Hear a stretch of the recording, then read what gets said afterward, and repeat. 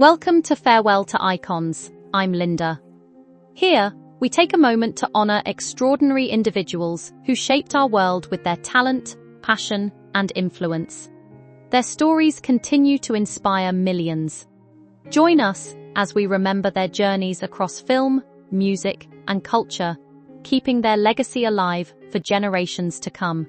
Val Kilmer, born on December 31st, 1959, was one of Hollywood's most versatile and unforgettable actors. Whether he was the cool and confident Iceman in Top Gun, the charismatic Jim Morrison in The Doors, or stepping into the role of Bruce Wayne in Batman Forever, Kilmer had a remarkable ability to make every character feel authentic. He wasn't afraid to take creative risks, choosing roles that challenged him and showcased his incredible range. Beyond acting, he was a passionate artist and storyteller who saw creativity as a lifelong journey. Even after facing serious health challenges, Kilmer's love for his craft never faded. He passed away at the age of 65, leaving behind a legacy of memorable performances that continue to inspire audiences and remind us of his unique talent and lasting impact on cinema. Kevin Keegan, one of English football's most admired figures, passed away on July 20, 2026. At the age of 75 after battling stomach cancer.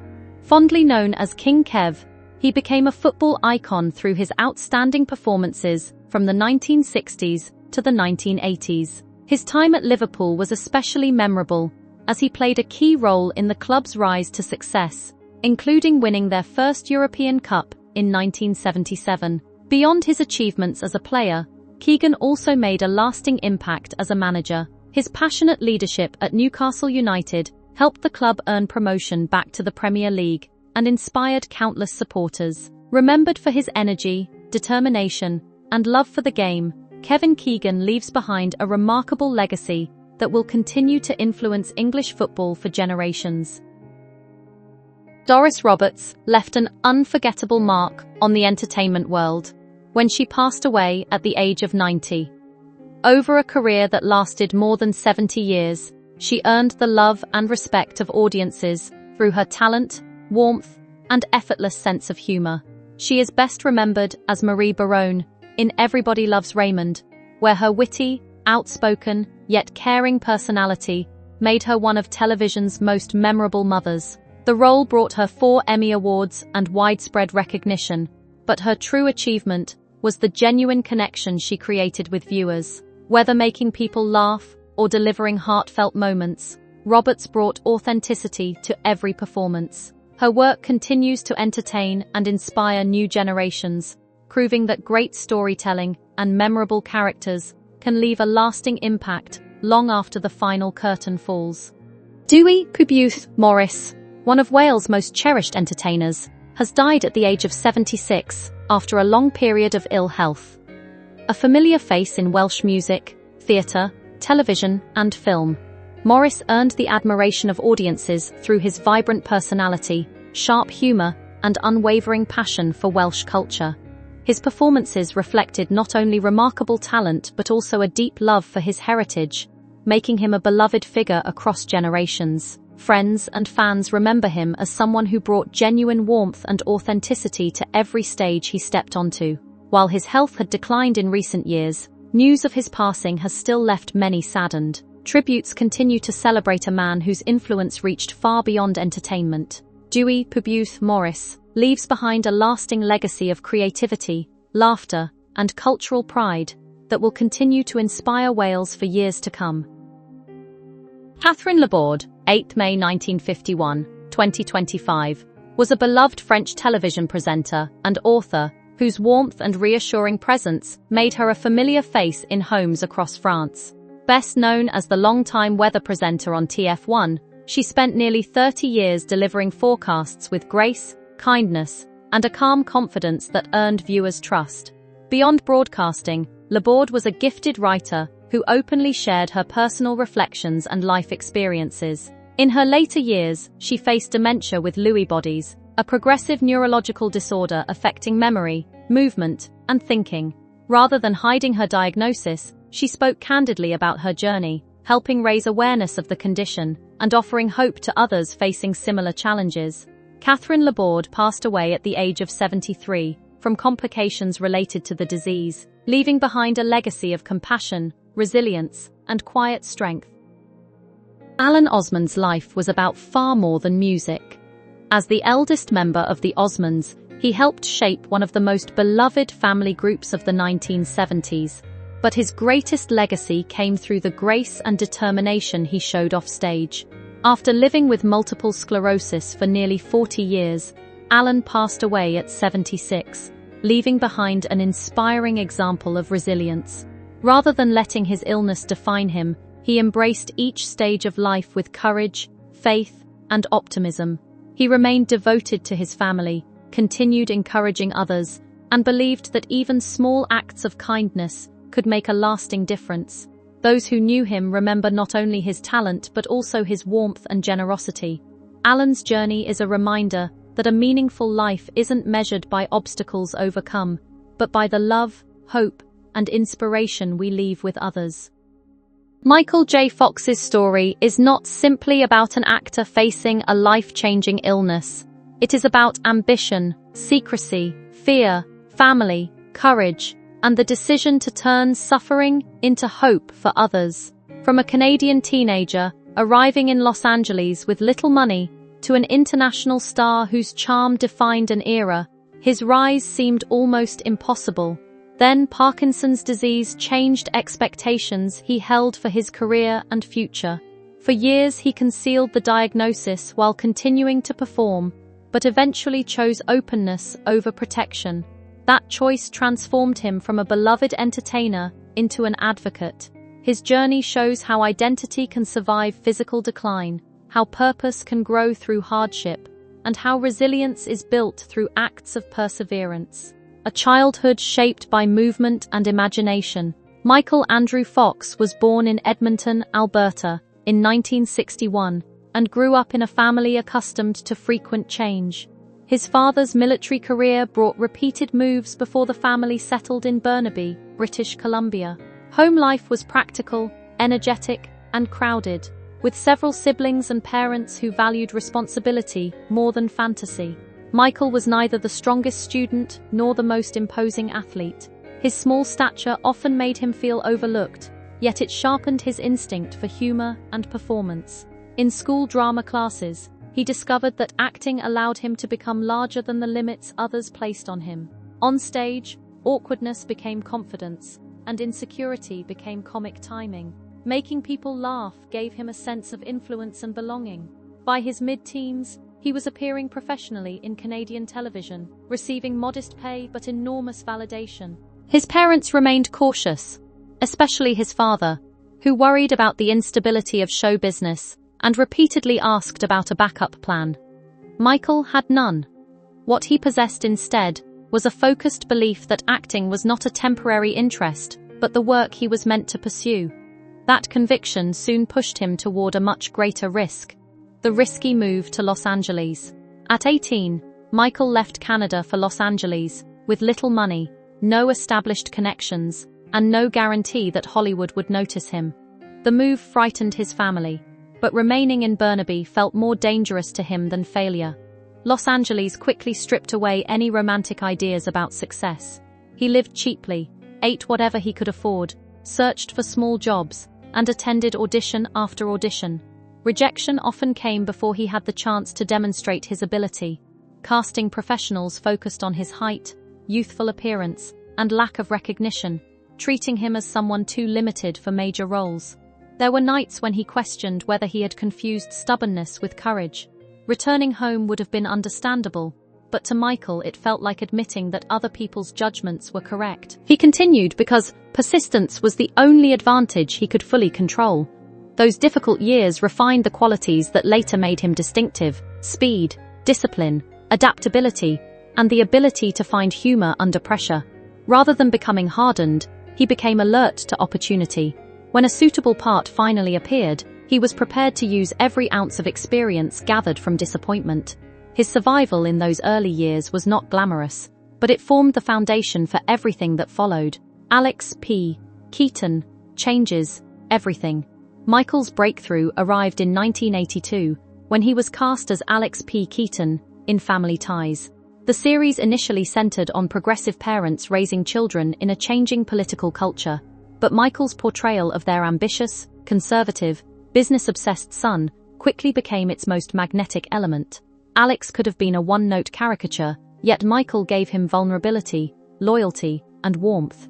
His precise timing made the jokes land, while his emotional instincts allowed audiences to care about a character whose worldview often clashed with the rest of the family. The performance turned Michael into a household name and shifted the direction of the series. Awards, magazine covers, fan mail, and industry attention followed. For the young actor once dismissed as too short and too unknown, the success carried deep personal meaning. It proved that qualities seen as disadvantages could become part of his appeal. Still, television fame did not quiet his ambition. Michael wanted to establish himself in films without abandoning the show that had made him famous. That desire created an exhausting period in which he attempted to maintain two demanding careers at once. His willingness to accept that strain would lead to the role that permanently connected him with popular culture and transformed a successful television performer into an international movie star. The extraordinary demands of Back to the Future. In 1985, Michael joined Back to the Future after production had already begun with another lead actor. The filmmakers believed he was right for Marty McFly, but his commitment to Family Ties created a nearly impossible schedule. During the day he worked on the sitcom, and at night he filmed the movie, often continuing until early morning. Sleep came in short intervals in cars, trailers, or any quiet space available. The routine was punishing, yet Michael understood that the opportunity might never return. His energy, humor, and emotional openness gave Marty a rare combination of confidence and vulnerability. When the film was released, it became a worldwide success and the defining popular achievement of his career. Audiences connected with Marty's quick wit, loyalty, and youthful determination, while Michael's performance made the mixture of science fiction, comedy, and family drama feel personal. Sequels followed, along with major roles in comedies and dramas that demonstrated his range. By the end of the decade, he had achieved the fame he once could barely imagine. He was wealthy, widely admired, and still remarkably young. Yet beneath the momentum of success, his body had begun sending faint signals that something was wrong. At first, those signals seemed too small to threaten the life he had built. The first tremor and a devastating diagnosis. While filming Doc Hollywood in 1990, Michael noticed a persistent twitch in his left little finger. He initially blamed fatigue, stress, or the physical demands of work. He was 29, active, and accustomed to pushing through discomfort, so serious neurological illness felt impossible.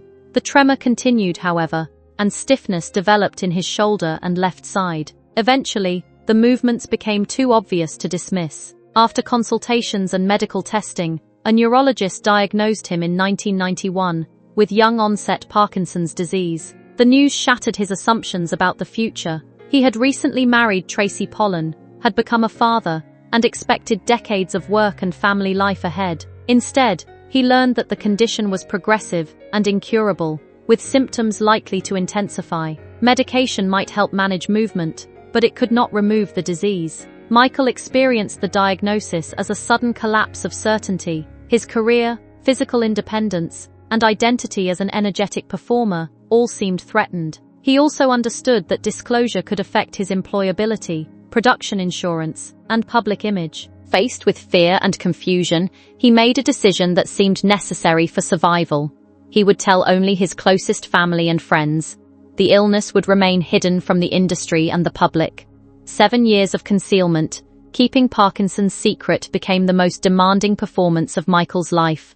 On sets and during public appearances, he learned to disguise tremors by placing a hand in his pocket, holding props, or positioning his body carefully. Medication had to be timed so its most effective period matched filming schedules. When the effects weakened, he withdrew to private spaces and waited for stiffness or uncontrolled movement to pass. The strategy allowed him to continue working, especially on Spin City, but it required constant attention. Every interview carried the risk that a visible tremor, awkward movement, or moment of imbalance would expose him. The fear of discovery became nearly as exhausting as the symptoms. At home, Tracy saw the reality hidden from everyone else.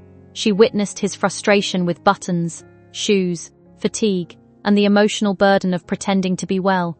Her loyalty gave him stability, but the disease progressed. Tremors spread, stiffness increased, and medication caused involuntary movements, creating a painful trade-off between mobility and control. During part of this period, Michael relied too heavily on alcohol to numb fear and quiet symptoms, eventually recognizing that this response could not continue.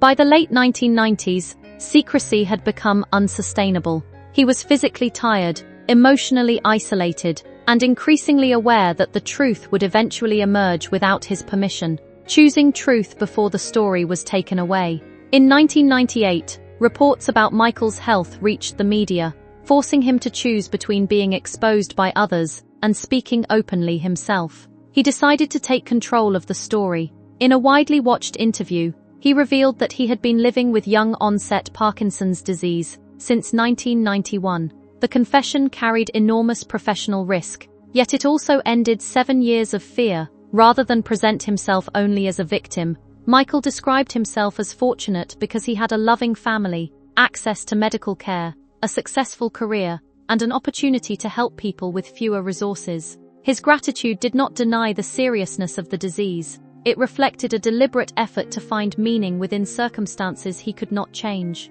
Public reaction was immediate. Fans, patients, caregivers, and families sent letters describing how his openness reduced shame and isolation.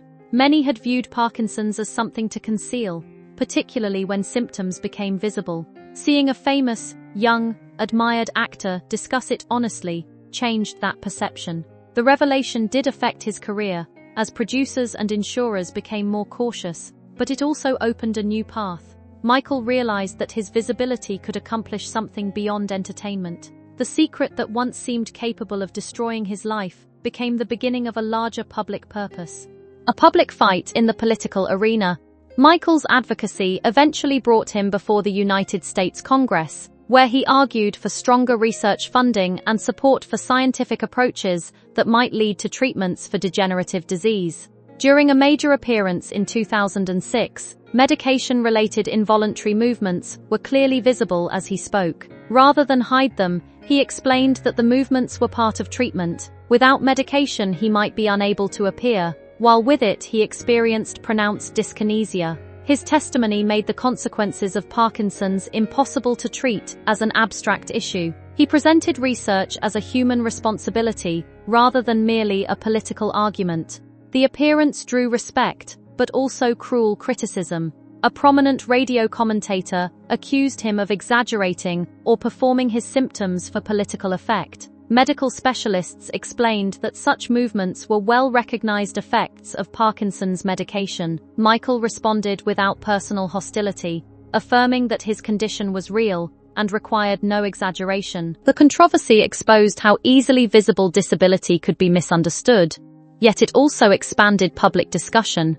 Michael continued supporting candidates and policies that favored medical research, accepting that his involvement would be criticized. His body, once carefully concealed, became evidence in a national debate. By allowing the public to see what he could not control, he gave the illness a directness that statistics and policy language could never achieve. Research progress and personal decline. As the foundation expanded its influence and funded growing amounts of research, Michael's condition continued to worsen. Tremors affected more of his body, balance became uncertain, speech slowed, and ordinary movements required concentration. The contrast was difficult.